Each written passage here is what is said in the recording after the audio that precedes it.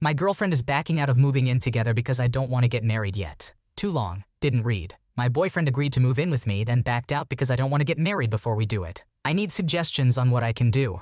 We've been together for 1.5 years and we're still quite young, but I know I love him and can't imagine my life without him. Up until 3 months ago, we didn't have plans to move in together, but the possibility came to my mind and it made sense. For context, I currently live with my mom, and he lives alone in a house he rents from his parents. He left his parents' house originally to move in with a previous partner, and I met him like 7 months after he was separated from her. So when I suggested the idea, I said we should have some things clear, and the first and most important thing was that we both see the relationship going in the same path. We agreed that we want to get married without kids, and that moving in was a step towards that. We both liked the idea, but since my mom has no income, no house, and no savings for herself, he decided to live with her 1 more year and then move in with me so my mom had enough time to prepare. I told my mom this is what he had decided, and she is okay with it, as was my boyfriend apparently. So after we decided we would be moving in together by February 2025, we started talking about marriage a lot because it's an exciting idea for both of us. And yes, by 1.5 years you could say our honeymoon phase is still not over, but trust me, it is. We had a period of doubts and fighting and have felt stronger for each other since moving past it. So today he asks me if I would be willing to get married the same month we move in together, and I said that if he really wanted to know what I wanted, I didn't want that because I want us to have the living together phase before the married phase. He argues there is no difference, and that the only difference is that without marriage I can walk out at any point. My argument is that I don't want to skip ahead. I want to take some time after living together to propose, then plan the wedding, and then actually be married, and that if walking away is what I really wanted, being married wouldn't stop me. I also said that if I'm the woman he wishes to marry, he should trust me when I tell him I do want to marry him. I just want to wait at least 1 year after living together to propose. In the end, he said he wanted to postpone our living together until after he decides he's ready for marriage, which killed me. Most of all because if he wanted us to get married before moving in, he should have mentioned it before we even agreed to do it 3 months ago. We're not really seeing eye to eye here, and I want to at least make my case for living together before marriage anyways or try to meet in the middle. If he ends up staying firm with this marriage thing, he'll just have to wait, which I know is not what he wants anyways. Any suggestions are welcome. It's important to understand where this need for reassurance is coming from. It could be a sign of deeper emotional issues that should be addressed before making such a big commitment like marriage. Communication and understanding each other's needs is key in any relationship. Maybe try talking to her about her fears and insecurities to see if you can work through them together. I'm engaged to Mr. Perfect on paper who turns out to be human superglue. I, 29 years old female, find myself in a complicated situation and could really use some outside perspectives. My fiancé, 29 years old male, and I have been engaged for 2.5 years, in a relationship for 2 years prior, and friends since 2017. Coming from a conservative culture, we've never lived together or been on traditional dates. Our relationship was built on phone calls, texting, and seeing each other at work since we were college students and later colleagues. He pursued me for years with every romantic gesture you can imagine until I consented to a relationship, leading to our engagement. However, due to my cultural background, our physical interactions have been limited and, frankly, I've never felt a strong attraction to him, a feeling that's only intensified over time. I recently spent 18 months in the States for studies, where our relationship continued, but his clinginess and controlling behaviors, like setting up a tracker on my phone linked to his Gmail without my knowledge, became more apparent. Despite appreciating his effort to stay in touch across time zones, his constant need for reassurance and lengthy calls left me exhausted. Sometimes I go out with my friends and he would call constantly until I answer him. My last straw was a few weeks ago when I told him I don't want to talk, and he ended up calling me 32 times and also reached out to my friends. Returning home has been pressured by expectations to get married and settle down, a decision fast-tracked by leaving a promising research position at Harvard due to familial and societal pressure. But when we reunited, I felt nothing during our physical interactions, as if I was with a sibling rather than a partner. Despite never acting on it, I felt attractions to others, signaling to me that my feelings for him aren't what they should be for a life partner. Another aspect is his constant love bombing. He tells me he loves me more than 20 times a day, and every other word seems to be about how much he misses me. He always says that what hurts me hurts him too, yet I feel pressured whenever I share my feelings with him. For instance, when discussing my apprehensions about reverse cultural shock and my unhappiness about returning home, he took it personally, suggesting that I wasn't looking forward to seeing him. He always tells me that he sacrificed too much with me being away for 18 months. I feel like I'm in debt. He proceeds by explaining to me how great of a man he is, putting up with all my emotional turmoil and instability. With our wedding looming and pressure mounting from both our families, I'm torn. A small voice inside me screams, "This is a mistake," but the weight of cultural expectations and years invested in this relationship hold me back. Any advice, insights, or personal experiences would be greatly appreciated. Collect all evidence like texts, call logs, etc. and get yourself lined up with a support system before escaping a controlling, abusive relationship. Love bombing and guilting are not signs of a healthy relationship, so trust your gut and prioritize your safety above all else. This guy needs therapy and more help than you can give, so leaving is the only option for your own well-being in this emotional ride. Good luck and stay strong. Am I the antagonist for choosing to have my mom come wedding dress shopping with me over my stepmom? This is about a dispute between me and my dad's stepmom. It's a dispute that started because my dad and stepmom were upset that I chose to go wedding dressing shopping with my mom and not with my stepmom instead. For those who will wonder why both women couldn't be there, there's a lot of bad blood there, and my stepmom hates my mom and refuses to be civil with her anymore now that I'm over 18. She also refuses to be in the same room unless it's some major event in my life. Otherwise, they are never in the same place. The same goes for my dad and my mom, so this dates back many years. I'm not sure if the tension between them always existed, but I was aware of the fact my mom and stepmom didn't like each other when I was younger. I was also aware that my mom and dad didn't like each other, though I feel like they put up a better act around me than my mom and stepmom could. Both sides have their own reasons as to why the tension started. My mom has never told me directly, but my aunt has told me what my mom told her, while my dad and stepmom have shared their side with me. But the big conflict came when I was 10, and my stepmom had a later miscarriage, 15 weeks, and my mom mocked her. I was not present when this happened. I do not know exactly what was said. What I do know is once that happened it went from conflict to outright disdain and hatred, and my dad and stepmom not wanting to see my mom ever. And when I turned 16 they told me about what my mom did and explained that they would hope I would agree that what my mom did was unforgivable, and that I would choose to live with them instead. I did not choose to live with them, and while I acknowledge my mom doing that is wrong, I still love her and she's still my mom. I'm closest to mom of the three, then my dad, and then my stepmom.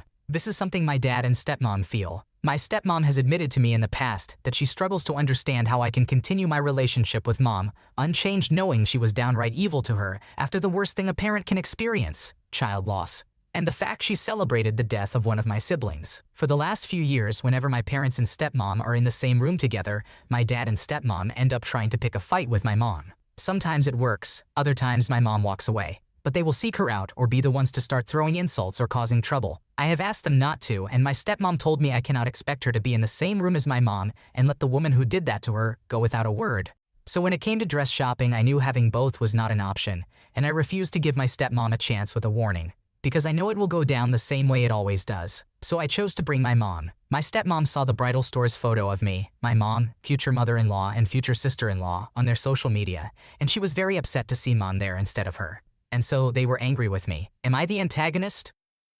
Absolutely ridiculous that she thinks at any point you would choose her over your own mother. Her feelings can be hurt, doesn't change anything. It was a special moment for your mother to experience with her daughter, and you prioritized that, as you should. Whatever drama happened between your mother and stepmother is their issue, and not your job to pick sides. It's wild that stepmother thinks you would have chosen her over your mother for this. Your stepmom doesn't know how to behave around your mom, and you wanted your mom with you for dress shopping. Stepmom has to deal with the consequences of her behavior. My husband referred to his ex-wife as his soulmate, and she sent a letter to our house. Myself, 34 female, and my husband, 34 male, have been together for 4 years and married for 1. This is my first marriage, but my husband was married before in his early 20s. My husband made sure to tell me about that when we started dating, and I never took any issue with it. As of this post, I am 2 months pregnant. Recently, we stayed up late chatting after dinner about when we were younger, and the topic of his ex-wife came up. He asked if I minded hearing about her, to which I said I did not. I acknowledged it was a part of his past, and I didn't begrudge him for actions before we had even met. From there, however, he began telling me that he still felt his ex-wife,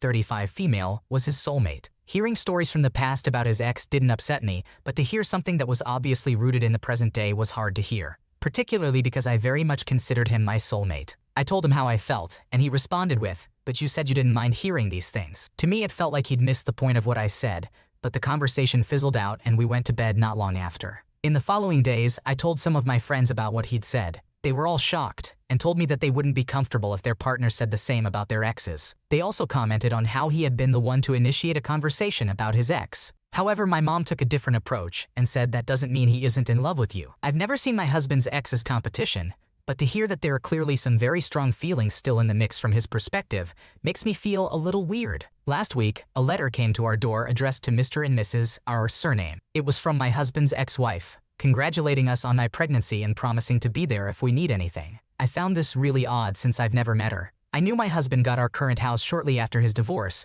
so assumed she probably knew where we lived, but that hadn't bothered me until now. He sent a thank you letter back on behalf of us both, and I'm currently unaware if they have any regular contact. Should I be worried about this? I just don't know how to feel, and everyone in my real life has differing opinions. Maybe this warrants a bigger conversation. Thanks all.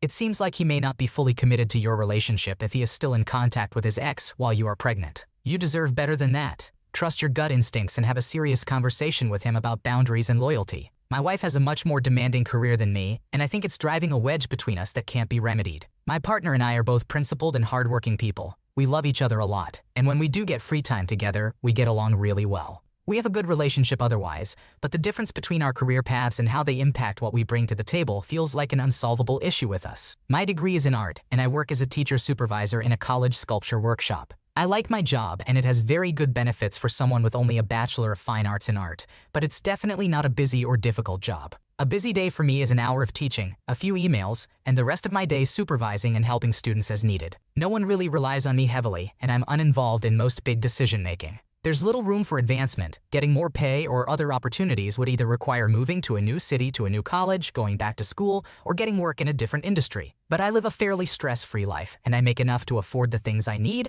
and pay my bills. My partner works in a unique role in the theater design construction industry. She's passionate about her work, and we've never had any illusions about how much of her life it would require. When she's in town, she often works late hours or on the weekends finishing last-minute drafts changes for clients. She responds to coworker emails at all hours. Her work requires her to travel to job sites at times, sometimes for a few days, and once yearly for a few months to enact and build the big project. Lots of people rely on her and she's paid well for her work, but does deal with disrespect or lack of recognition due to her age and gender. However, she's always been rewarded for going above and beyond as she does. I get the impression that she does love living like this. She thrives on being busy and doesn't see herself doing anything else. I'm admittedly far less career-minded than her and definitely do have some inner turmoil over working a sort of easy, cool, but dead-end job. I just feel like I do everything for us at home. I cook, I take care of the pets, I clean, I make our social plans. She always tells me how much she appreciates it and the life we're able to have, but I find myself resenting her for it, even though I think if I wasn't in the picture these things just wouldn't get done. I just think she has higher expectations for career, and I have higher expectations for leisure and home life, I guess. I don't think she thinks any less of me for having smaller career ambitions, but sometimes she does make references to me not having to care about my work, which isn't untrue. I definitely am in a spot where I feel resentment for her not being around, not taking an interest in social plans, not setting apart us time that isn't us eating dinner or sitting on the couch on phones.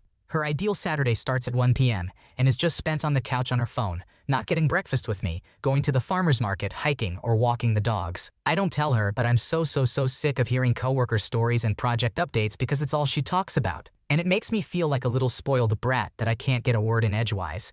But what I want to talk about is something less important, like a movie I saw or a hobby of mine. I know a lot of my feelings are also inward. I sometimes feel like I just don't have the part of my brain that should care about career advancement. It makes me feel immature and childish. Anyone could do my job, but it pays the bills and lets me have my weekends. At times I feel like the problem, that I need to stop living like a kid with my hobbies and friends and really start trying to make moves. But I have to remind myself that it's not you need to not be busy like my partner, that you don't need to be working 50-hour weeks to qualify as a responsible adult person. I don't know. She's leaving again soon for a while, and I don't see a way forward. I won't ask her to do less because that's selfish, and I think she'd be better off without someone always wishing she'd stay home. How do couples with this difference manage? I think it would be beneficial for you and your wife to have a conversation about setting specific goals for quality time together without distractions, like a weekly date night or Sunday brunch. It's important to address the dynamics of your relationship, which may have been influenced by societal expectations about gender roles in careers and home life. Working with a therapist individually could also help you navigate these challenges and improve communication in your marriage. Ultimately, focusing on concrete actions and open dialogue can lead to a stronger and more fulfilling relationship for both of you. Am I the antagonist? My brother-in-law demanded I disown my sister-in-law. When I said no, our entire family was cut off. My brother-in-law, let's call him Jack just for story purposes, was married to now former sister-in-law, let's call her Tanya, over 15 years ago. They had a very toxic marriage, and he was extremely abusive to her and her children she had before they got married. One of her sons is extremely traumatized by Jack. I met Tanya and her daughter with Jack, let's call her Zoe, when I was 2 months postpartum with my first and only child. I was extremely depressed, very anxious, and just overall miserable. Tanya was the only person in my family to take time out of her day to check on me, care for me, help me, and more importantly, be there for me. She's the one person aside from my husband to keep me on this earth. I look at her as a second mother, and I know I can call her anytime, for any reason. Jack remarried my now sister-in-law, let's call her Katie, but I really even hesitate to call her that. She's cold, cruel, and mean. My husband told me she didn't used to be like that, but Jack manipulates her, lies to her about his marriage to Tanya, and she believes him and stands by him no matter what. You go against him, you go against her. My husband and I took a trip for Christmas to visit his family for Thanksgiving, and I told my husband specifically I wanted to see Tanya and Zoe while we were there, and I called Tanya to make plans. After we see Tanya, and she also asked my mother-in-law to see my husband's grandparents, who live next door. She says yes, but wait until none of us are there. While she is visiting with my husband's grandparents, me, my mother-in-law, and Katie went thrifting, and my husband, father-in-law, and Jack went golfing. I guess at some point, he noticed Zoe was at Grandpa's house and called her and heard Tanya in the background. He's mad, but calm, and gets off the phone and is venting to my husband. Somehow it gets brought up that I had invited her to see Grandpa, but I didn't, my mother-in-law did. Jack calls Katie and tells her to get back to the house, and that they're leaving. Katie then tells me if I don't cut out Tanya, I'll never see their kids, my niece and nephew, ever again. When we got back, Jack was cussing my husband and father-in-law in the garage, calling me a bitch and saying I'm psycho. My father-in-law defends me, and my husband tells him to stop, and Jack acts like he's going to hit my husband. Mother-in-law breaks it up. They gather their stuff and leave. I haven't seen or heard from them in 2 years now. Last Christmas was really hard on my mother-in-law. She cried so much and I felt so guilty. I begged her to let me say whatever I needed to so we could see my niece and nephew again. But she told me no. Everyone has convinced me that I've done nothing wrong, and I'm not the jerk here. But I miss my niece and nephew so bad. I'm not typically one to admit doing something I haven't done, but I just want access to my niece and nephew again. And I don't want my family getting hurt by Jack and Katie anymore. So please tell me, am I the jerk?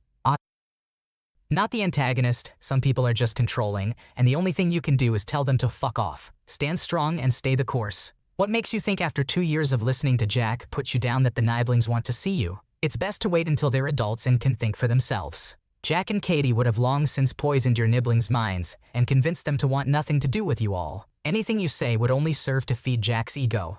Thanks for watching. When you subscribe, make sure to hit the bell to turn on notifications so you never miss a video. To finish listening to all the stories, check out the playlist in the description.